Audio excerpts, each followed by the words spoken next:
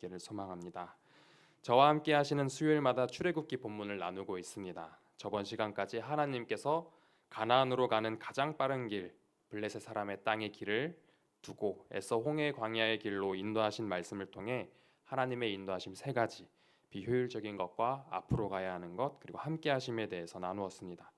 그리고 오늘 저희가 함께 읽은 본문이 포함된 14장에서는 하나님은 어떤 분이신가에 대해서 함께 말씀을 나누고자 합니다. 오늘 말씀에 나타나시는 하나님은 두 가지로 구원의 하나님과 영광을 받으시는 하나님, 영광을 얻으시는 하나님입니다. 오늘 본문은 하나님의 이상한 전략에서 비롯되었습니다.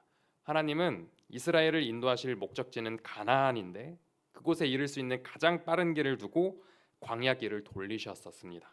가장 빠른 길에서 의도적으로 먼 길로 돌리시기도 하셨고 또 그곳에서 배회하게도 하셨습니다. 마치 저희가 이 내비게이션에서 목적지를 찾아보고 그 내비게이션 루트를 검색하게 되면은 여러 루트가 있는데 넘기고 넘기면 과연 이 길을 누가 갈까? 라고 나오는 그 루트가 있습니다. 보통 이제 1시간이면 갈 길을 막 8시간씩 걸려서 갈 수 있는 길로 안내하기도 하죠. 이처럼 아무도 가지 않는 길을 하나님께서 이스라엘로 하여금 인도하십니다. 분명 하나님께서도 가나안으로 가는 가장 빠른 길, 그 루트를 알고 계셨습니다. 그럼에도 불구하고 광야로 돌리셨죠. 그렇게 해서 이스라엘이 애굽에서 나왔을 때 가장 먼저 숫곳이라는 곳에 이르게 하셨고 그 다음 에담으로 인도하셨습니다. 그리고 에담에서부터 불기둥과 구름기둥으로 이스라엘과 함께 하십니다. 그리고 오늘 본문에 이르러서 하나님은 또 어디로 이스라엘을 인도하시냐면요. 14장 2절을 보시게 되면 비하히롯 앞에 장막을 치라고 하십니다. 여기가 어딘지는 아직도 그 누구도 모릅니다. 아직 발굴되지 않았어요. 그러나 저희가 알 수 있는 부분은 그런 것이죠.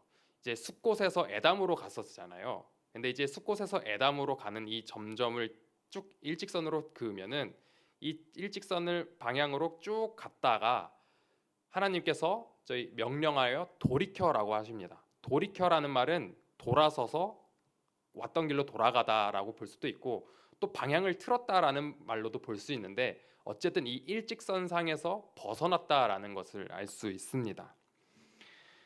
그런데 우리 한국인들은 빨리빨리를 되게 좋아하죠. 빨리빨리를 좋아하는 한국인들은 아마 하나님께서 이렇게 인도하셨다면 속이 아마 뒤집어졌을 수도 모릅니다.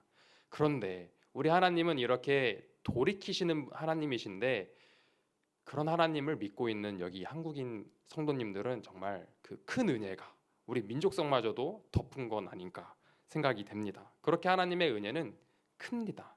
그래서 결국 하나님의 명령에 의해서 이스라엘이 비하히롯이라는 곳에 장막을 칩니다. 저희가 출애굽에서 한 가지 표현을 알아야 하는데요. 뭐냐면 어디를 떠나서 다른 곳에 장막을 치다. 이 표현입니다. 어딘가를 떠나서 어딘가로 또 장막을 치다. 이것은 무엇을 묘사하는 말이냐면요. 광야의 여정을 의미합니다. 광야의 여정. 그리고 출애굽 이후로 이스라엘이 광야의 여정 가운데 장막을 친 곳의 지명에는 가끔 수식어가 붙는데요. 저희가 이 지명들이 지금도 어딘진 정확히 모릅니다만 지도상에서 어디라고 콕 집어서 말할 수 없습니다만 이 지명들이 가지고 있는 의미는 알 수 있죠. 바로 그 수식어 때문입니다. 이제 2절 뒤에 비하이롯 뒤에는 곧부터 시작하는 내용이 바로 그 비하이롯이 가진 의미입니다. 바로 바닷가이죠. 13장에서 에담이나 14장에서 비하이롯 이 지명의 위치보다 이 지명이 가진 그 뒤에 수식어 그리고 그 수식어가 보여주는 의미가 더 중요하다라는 것이죠. 에담은 광야 끝이라는 말이 의미가 있고요. 비하이롯은 바닷가라는 의미가 있습니다. 더 나아가 비하이롯은 바닷가 이상의 뜻을 가지고 있습니다. 뭐냐면 제가 여기 준비는 안 했는데 14장 3절에 보시게 되면은 바로가 이렇게 말합니다. 바로가 이렇게 느끼도록 합니다. 광야에 갇힌 바 되었다. 광야에 갇힌 바 되었다. 에담이나 비하이롯이나 사람들이 가기 싫어하는 의미를 가진 곳입니다. 건강이 갑자기 안 좋아지거나 또 진급에서 누락이 됐다거나 또 집값이 떨어졌다거나 학업 성적이 낮아졌다거나 뭔가 우리가 원치 않는 일들이 벌어지는 것을 의미합니다. 특히나 이 비하이롯의 지정학적 특징은 3절에 기록되어 있는 것처럼 광야에 갇힌 꼴입니다. 진퇴양난이라고 하죠. 이러지도 저러지도 못하는 곳으로 하나님께서 장막을 치라고 하십니다. 하나님께서 이곳으로 인도하셨습니다. 10가지 재앙으로 애굽의 마음을 서늘하게 하시고 반면에 10가지 재앙으로 이스라엘은 자유를 얻게 하신 하나님께서 지금은 다시 이스라엘을 풍전등화의 처지에 놓이게 하신 겁니다. 나는 하나님을 따르면은 바로 가나안으로 가서 젖과 꿀이 흐르는 땅에서 걱정 없이 살 줄 알았건만 웬걸요? 하나님은 가나안에 이르게 하는 광야의 여정도 준비해 놓으셨다라는 것입니다. 그런데 그 여정은 우리의 기대와 바람과는 다르기에 내 믿음은 하나님에 대한 신뢰보다 이 여정 가운데서 우리는 내 감정의 두려움에 기울 때가 더 많습니다. 하나님도 우리가 두려워하실 걸 아시는 것 같습니다. 그런데 하나님은 우리가 진퇴양난에서 이 풍전등화의 위기에서 하나님께 원망을 쏟아붓고 하나님의 마음을 아프실 정도로 우리의 믿음이 흔들릴 걸 아시면서도 하나님은 이런 것을 감수하더라도 더 큰 꿈이 있으시기에 그 일을 강행하십니다. 바로 바로의 마음을 완악하게 하시곤 이스라엘을 추격하게 하시는데요. 이스라엘이 바닷가를 앞두고 적을 방어하기에 가장 안 좋은 위치에 있을 때 바로가 그 소식을 듣고는 그들을 추격합니다. 바로 선별된 병거 600대와 나머지 애국 병거 모두를 가지고 쫓아가죠. 먼저 병거라는 말을 보게 되면은 병거는 부대를 의미합니다. 병거 부대는 10명에서 150명 정도 되는 부대라고 말합니다. 다시 말하면 최정예 병거 부대 600대는 아마 6만 명이 이르는 최정예 부대와 또 이외에 애굽의 전체 부대를 말하는 것이죠. 출애굽기 14장 10절에 보시게 되면은 바로의 군대가 이스라엘의 장막을 치고 있던 이 비하이롯 지척으로 다가오자 이스라엘도 이 애굽 군대들이 다가오는 것을 보게 됩니다. 과연 이스라엘은 제정신을 붙잡는 것도 대단한 일이었을 수도 있습니다. 가만히 있던 이스라엘, 애굽에서 그냥 노예 생활 조용히 하고 있던 이스라엘을 하나님께서 건지시겠다고 하자 바로가 마음을 완악하게 해서 이를 2배로 또 불리셨고 또 그 애굽에서 출애굽하셔가지고 광야로 인도하시더니 이제는 애굽의 전 군대에게 잡혀서 다시 끌려갈 위기에 놓인 것이죠. 이스라엘은 400년 노예 생활 가운데 찾아오신 하나님을 긴가민가하면서 결국엔 이 10가지 재앙을 통해서 하나님을 선택하고 출애굽이라는 하나님의 구원하심을 경험합니다. 그러나 하나님의 구원은 출애굽으로 완성되진 않았어요. 구원이 완성되지 않았다라는 것이죠. 출애굽 이후로도 하나님은 광야로 돌리시고 에돔과 지금의 비하이롯에 이르기까지 여정들을 통해 이스라엘을 가장 힘들고 지치고 이해하기 힘든 길로 인도하십니다. 구원의 여정이 있다라는 것입니다. 구원의 여정. 그리고 지금은 애굽의 대군이 자기들에게 닥치고 있고 그 광경을 목도하고 있습니다. 하나님을 만나고 하나님을 철석같이 믿고 세상을 등지고 하나님의 뜻대로 살아가고 있는데 매일매일 하나님의 뜻과는 너무 다른 세상 가운데서 하나님의 말씀을 묵상하고 하나님의 뜻대로 살기 위해 힘겨운 삶을 살고 있는데 그것도 모자라 이제는 세상이 작정하고 우리에게 남아있는 것마저도 빼앗아 가려고 달려드는 상황에 직면해 있다라는 것입니다. 하나님은 구원해 주셨으면 바로 가나안 땅으로 인도해 주시지 왜 우리를 광야로 인도하시고 그것도 모자라 내게 남은 하나까지도 빼앗길 처지에 놓이게 하시는지 모르겠습니다. 내게 남은 그 하나 그것까지도 놓칠 지경에 이를 때가 있죠. 이 상황에서는 누구나 두려움을 느끼고 때에 따라서는 하나님께 원망도 느끼게 됩니다. 이스라엘도 이처럼 14장 10절에서 12절에 그렇게 말하죠. 이스라엘이 했던 원망의 핵심은 12절에 나와 있습니다. 다시 애굽으로 돌아가 애굽의 노예가 되겠다. 애굽의 노예가 되는 게 하나님을 섬기다 죽는 것보다 낫다라는 것입니다. 우리 마음에도 간혹 가다가 이런 심정이 들 때가 있을 수도 있습니다. 그러나 모세는 그런 이스라엘에게 14장 13절처럼 말합니다. 구원을 보라. 구원은 출애굽 때 한 번 이루어지고 끝나는 게 아니죠. 가나안에 도착해야 그 구원의 여정이 끝이 나는 것입니다. 이스라엘은 가나안에 들어가기 전까지 이 광야라는 곳에서 구원의 여정을 통과해야 하는 것입니다. 이스라엘은 지금 구원의 여정 가운데 있습니다. 이 여정에서 이스라엘이 봐야 할 것은 하나님께서 어제도 아니고 내일도 아니고 바로 오늘 내가 처한 포기하고 싶은 바로 이 순간에 나를 위해 우리를 위해 이루시는 하나님의 구원이 있다라는 것입니다. 하나님은 구원의 하나님이십니다. 하나님께서 우리를 이끄실 때 모든 상황 가운데 의미가 없는 것이 없다라는 것이죠. 에돔이 어딘지도 모릅니다. 또 비하히롯이 어딘지도 모릅니다. 그러나 지금은 어딘지도 모르는 그 땅이 가진 의미가 분명해졌죠. 광야의 시작점, 그리고 바닷가이자 진퇴양난이고 또 풍전등화의 위기에 놓인 이스라엘. 나는 아무것도 할 수 없는 곳이 바로 이 에돔과 비하히롯입니다. 내가 아무것도 할 수 없다. 그것이 이 두 지명이 가지고 있는 의미이죠. 우리가 아무것도 할 수 없을 때 하나님의 구원을 보게 될 텐데, 하나님의 구원이 이루어지는 것을 볼 때 우리가 취해야 할 태도가 두 가지가 있다고 합니다.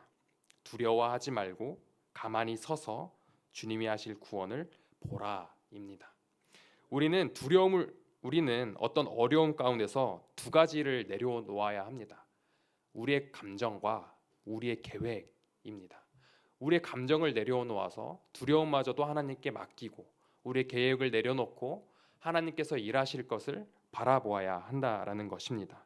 그렇게 우리가 모든 것을 하나님께 내려놓을 때, 하나님만 전적으로 신뢰할 때 우리는 하나님께서 우리를 위하여 행하시는 그 구원을 보게 된다라는 것입니다. 하나님은 왜 우리를 에돔과 비하히롯으로 인도하시고 또 세상의 위협 가운데로 우리를 몰아가시는 걸까요? 왜 우리를 그렇게 힘들게 하시는 걸까요? 그것은 하나님께서 당신이 구원의 하나님이심을 보여주시기 위함입니다. 이는 우리를 더 깊은 믿음으로 또 더 단단한 믿음으로 우리를 인도합니다. 하나님은 구원의 하나님이십니다. 모세가 13절에서 한 말의 순서를 보시게 되면 현실의 문제보다 더 중요한 것이 있음을 보여주고 있습니다. 현실의 문제보다 더 중요한 것은 구원입니다. 문장을 분해해 보면요, 괄호 1번의 문장이 주요 문장이고요, 괄호 2번의 문장은 그 주요 문장을 뒷받침하는 보조 문장임을 알 수 있습니다. 즉 괄호 2번은 없어도 해석하는데 이 말이 이상하지 않다라는 것입니다.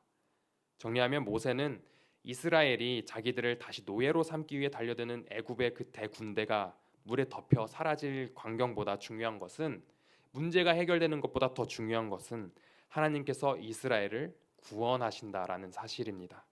만약 지금 비하히롯에 놓여서 이러지도 저러지도 못하는 상황에 놓인 성도님이 계시다면 하나님께서 우리가 처한 문제를 반드시 해결해 주시리라는 것을 믿고 하나님께서 어떻게 구원을 베푸시는지를 볼 수 있으셨으면 좋겠습니다. 하나님은 문제를 해결해 주시기도 하지만 우리가 잊지 말아야 할 것은 하나님은 구원의 하나님이시라는 것입니다. 우리 삶의 광야 여정 가운데 구원의 하나님을 직접 경험하며 문제도 해결되고 무엇보다도 믿음이 날로 더해지는 은혜가 있으셨으면 좋겠습니다. 그리고 오늘 본문에 나타난 하나님은 영광을 얻으시는 하나님입니다. 영광을 얻으시는 하나님. 비하히롯 바닷가에서 진퇴양난 가운데 홍비백산하며 두려웠던 이스라엘과 그 이스라엘을 애써 잠재우기 위해 모세가 어찌하지 못할 때 하나님께서 모세에게 말씀하십니다. 바닷가로 인도하신 하나님을 원망하지 말고 왜 바닷가로 인도하셨는지를 생각해보고 오히려 자기를 죽음의 위기로 빠뜨렸다고 생각하는 그 문제에 정면으로 마주하라라는 것이죠. 너희를 가로막고 있는 그 바다로 나아가라고 말씀하십니다. 그리고 모세에게는 지팡이를 들고, 만약에 이게 지팡이라고 하면요, 지팡이를 들고 손을 바다 위로 내밀어서 그것이 갈라지라고 말씀하십니다. 저는 문득 모세가 참 많이 부담스러웠겠다라는 느낌을 받았습니다. 베드로가 못 걷는 사람의 손을 잡고 예수님의 이름으로 일어나라 했던 것과 겹쳤거든요. 모세의 입장에서 하나님의 이 명령이 얼마나 부담이 됐을지 조금 이해가 됐습니다. 지금 이스라엘은 인생이 끝났다라는 절망에 빠져 있는 상황이잖아요. 그런데 모세가 그들의 인생을 책임지고 그들이 직면한 문제를 고작 이 지팡이 든 손을 바다로 내밀어서 문제를 해결해 주라는 명령을 받았을 때 얼마나 큰 부담을 느꼈겠습니까? 물론 하나님이 문제를 해결해 주십니다. 그러나 그 기적이 일어나기에 앞서 행동해야 하는 사람은 모세였습니다. 이런 생각이 들지 않았을까요? 아니 진짜 이 지팡이 들고 손을 내밀면 이 바다가 과연 갈라질까? 지금 뒤에선 저렇게 혼비백산하고 있는데. 목회자로서 저도 아직은 믿음이 온전치 못하여서 가끔은 성도님들의 그 사람이 감당 못할 어려운 소식을 전해 들을 때 주춤할 때가 있었습니다. 내가 과연 무슨 능력이 있을까? 내가 저 성도님의 아픔을 덜어드릴 수 있을까? 이런 걱정이 사실은 있었습니다. 그리고 지금도 여전히 부담이 될 때가 있습니다. 그런데 이렇게 믿음이 약한 저를 하나님은 기적을 통해 하나님의 일하심을 보여주십니다. 거창하진 않아도 하나님을 의지하고 신뢰하며 하나님의 도우심을 구할 때 하나님이 일하심을 보게 해주십니다. 저는 여전히 성도님을 위해 직접적으로 뭔가를 해드릴 수 있는 게 없으나 하나님을 신뢰할 때 하나님께서 일하시더라고요. 기도의 능력은 나를 내려놓고 하나님을 전적으로 의지할 때 이루어집니다. 그리고 이 기적의 영광은 하나님께 있습니다. 우리는 문제가 해결된 데서 만족하고 기뻐할 것이 아니라 하나님의 구원하심을 보아야 하며 이로 말미암아 우리는 하나님께 영광을 돌리는 데까지 나아가야 합니다. 문제가 해결받은 자도 그렇고 그들의 문제를 위해 기도한 자들도 그렇고 모두가 하나님의 영광을 돌려야 합니다. 이 바다가 갈라졌을 때 이스라엘은 지팡이를 들고 팔을 내밀었던 모세를 찬양했을까요? 이스라엘이 과연 이 지팡이를 들고 손을 내밀었던 모세를 찬양했을까요? 아닙니다. 말씀드렸다시피 모세는 고작 지팡이 들고 손 내민 것밖에 없었습니다. 누가 구원을 베푸셨죠? 하나님이십니다. 우리는 이 점을 잊지 말아야 합니다. 우리는 문제에 직면했을 때 통상적으로 전문가를 찾아가죠. 그리고 좋은 전문가를 만났다고 안심합니다. 그 전문가가 내 문제를 해결해 줄 것처럼 착각하기 때문입니다. 그리고 우리는 기도하지 않습니다. 내 삶은 구원받았으나 구원이 다 이루어진 것은 아님을 기억해야 합니다. 우리는 구원의 여정을 걷고 있죠. 이 구원의 여정에서 하나님을 의지하지 않아도 되는 문제는 없습니다. 우리는 하나님을 신뢰하고 하나님이 이루시는 그 구원을 바라보아야 합니다. 문제가 해결되는 것을 볼 게 아니라 문제가 해결될 걸 볼 게 아니라 그 문제를 정면으로 돌파하시며 해결해 주시는 살아계시며 구원을 이루시는 하나님을 만나야 합니다. 그리고 잊지 말고 그 모든 영광 하나님께 돌려야 합니다.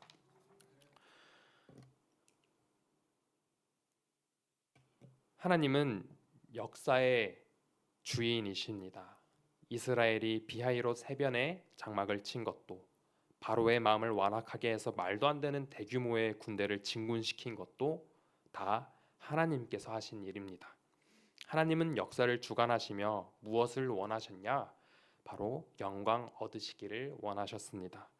하나님께서 영광을 얻으신다는 것은 18절에 나와 있는 뜻을 가지고 있습니다. 여호와 이름에는 구원과 언약을 성취하시는 하나님이라는 뜻이 담겨져 있습니다. 구원이 하나님께 있다는 것이죠. 세상 그 어디에도 하나님 외에는 구원이 없습니다. 돈에도 없고요, 좋은 집에도 없고요, 좋은 차에도 없고 잘난 인맥에도 없습니다. 우리의 구원은 하나님 한 분에게서만 의해 이루어집니다. 구원은 하나님께 속하였습니다. 그러므로 우리의 삶이 광야 가운데 구원의 여정을 걸으면서 하나님의 구원하시는 능력을 볼 땐 내가 뭘 해서가 아니라 내가 잘나서가 아니라 그것을 기억해야 한다는 것이죠. 구원의 은혜가 우리 속에서 흘러야 하는데 하나님께서 이 은혜를 이루셨다라는 것을 기억해야 합니다. 그래서 날마다 새로운 구원을 경험해야 하고 또 그로 인해 하나님을 더욱 알아가야 하는 것입니다. 이스라엘을 출애굽이라는 구원을 경험케 하셨지만 가나안에 들어갈 때까지 하나님은 계속해서 이 이스라엘을 구원의 여정으로 인도하실 것입니다. 이렇듯 우리도 예수님 재림하실 때까지 우리의 신앙은 한 번 하나님 만났다고 끝나는 것이 아니라 계속되어지는 그 여정 가운데 우리를 하나님께서 인도하신다라는 것입니다. 이 가운데 우리는 애굽의 대규모 군대를 보고 다시 애굽의 노예로 살 걸 했던 이스라엘처럼 세상에 기웃거리고 있다면 다시 마음을 잡고 하나님을 바라보아야 합니다. 두려워하지 말고 가만히 서서 하나님의 구원을 바라보아야 합니다. 그리고 모세가 하나님의 비논리적인 명령에 순종했을 때 기적이 일어납니다. 21절에 모세가 바다 위로 손을 내밀자 기적이 일어납니다. 큰 동풍이 불어서 밤새도록 불어 바닷물이 양쪽으로 갈라지고 땅이 바다에 의해서 젖어 있던 땅마저도 마른 땅이 되었다라고 합니다. 누가 이 기적을 이루셨죠? 하나님께서 이루어 주셨습니다. 그분은 우리 삶을 구원하시는 유일하신 하나님이십니다. 우리는 세상의 전문가를 찾아봐야 할 필요도 있습니다. 그러나 거기서 안심하면 안 된다라는 것이죠. 이스라엘도 모세라는 든든한 리더가 있었지만 이스라엘은 하나님께 부르짖었고 모세도 하나님의 명령에 순종했습니다. 우리는 세상에 믿을 만한 사람 때문에 안심할 것이 아니라 하나님을 신뢰해야 합니다. 여호와께서 기적을 일으켜 주십니다. 그리고 이 갈라진 바다 가운데로 남자, 여자, 아이들 그리고 외지인들, 가축들까지 해서 180만 명이 넘는 행렬이 밤새도록 건넙니다. 한 생명체도 빠짐없이 이스라엘과 관련된 모든 이들과 생명이 구원을 얻습니다. 그러나 하나님을 대적하고 하나님의 백성을 노예로 삼고자 한 애굽은 한 생명체도 빠짐없는 수장을 경험하게 됩니다. 이 일로 이스라엘은 하나님의 무엇을 보았을까요? 하나님의 문제 해결이었을까요? 그것도 봤죠. 분명히 하나님께서 문제를 해결해 주시는 것도 봤습니다. 30절에 그것이 기록되어 있죠. 그러나 이스라엘은 더 중요한 것을 보았습니다. 그것은 바로 하나님의 구원이었습니다. 함께 저희 30절과 31절을 봉독했으면 좋겠는데요. 함께 봉독하겠습니다. 그날에 여호와께서 이같이 이스라엘을 애굽 사람의 손에서 구원하심에 이스라엘이 바닷가에서 애굽 사람들이 죽어 있는 것을 보았더라. 이스라엘이 여호와께서 애굽 사람들에게 행하신 그 큰 능력을 보았으므로 백성이 여호와를 경외하며 여호와와 그의 종 모세를 믿었더라. 아멘. 이스라엘은 하나님의 크신 능력을 보았고 하나님을 경외했다라고 합니다. 이 말은 곧 하나님의 구원을 보았고 하나님께 영광을 돌렸다라는 말입니다. 한마디로 줄이면 예배드렸다입니다. 우리의 예배는 어디에서부터 오고 있습니까? 먼 과거, 지금은 흐릿해진 기억 속의 은혜에 의한 반응으로 드리는 예배입니까? 아니면 지금도 여전히 살아계시며 일하시는 하나님께서 보여주시는 날마다 보여주시는 큰 능력을 보며 내 삶의 구원 여정에서 얻는 그 생생한 은혜에서 비롯된 예배입니까? 하나님의 은혜를 사모하시는 성도님들, 우리 삶이 어렵고 힘들 때가 주님의 큰 능력을 경험할 때입니다. 우리 영혼은 주님의 구원하심을 보고 지난번에도 이제 담임 목사님께서 그 말씀을 하셨죠. 요즘 저희 교회 성도님들 중에 아프신 분들이 많다 보니까 더 큰 은혜를 말씀하셨습니다. 그런 것처럼 우리 영혼도 그 주님의 구원하심을 보고 더 큰 은혜를 경험할 것입니다. 우리 모두의 영혼이 날마다 솟아나는 생명수로 활력을 얻고 문제를 돌파하시는 하나님의 큰 권능을 경험하며 하나님께 살아있는 예배를 드리는 저와 여러분들 되시기를 간절히 소망합니다. 우리 이 시간